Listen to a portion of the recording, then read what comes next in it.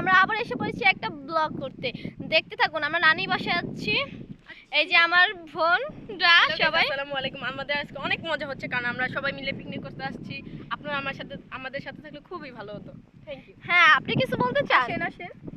আচ্ছা, so guys দেখুন, দেখতে তো পাচ্ছেন কত সুন্দর জায়গাটা। আর ওই দেখুন আমার নানিরা শাক তুলছে। মানে আজকে আমরা এখানেই খাবো, রান্না করব, শাক রান্না করবে আমার নানিরা। ওই যে শাক তুলছে দেখতে পাচ্ছেন আপনারা, এই শাক তুলছে।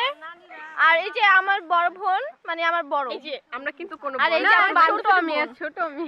আর আপনারা দেখতে থাকুন আমাদের এই পর্যায়ে মুভি। আচ্ছা, আপনারা একটু আসেন, আপনারা একটু আসেন। আমরা এই দাদি, আপনি কিছু বলতে চান? এই নেন, বলুন। আপনি কি দান করতে চাইতেছেন?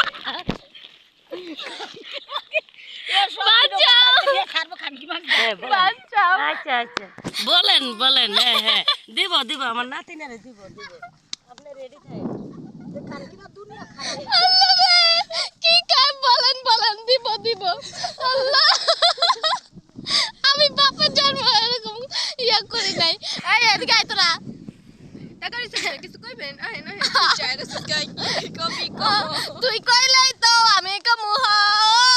এই সাগর পারে এই মাতাল মাতাল লাগে এই রূপ দেখে আমন পিঞ্জরে সুখের পঙ্কি ডাকে। পাতাম যদি থাইকা যাইতাম এই সাগরের পারে, ঝিনুক মালা গাইতা দিতাম জীবনটারে আমার মন বসে না শহরে। সো গাইস, ওই দেখছেন আমাদের, ওই যে আমাদের বাসা, আমার নানু বাসা।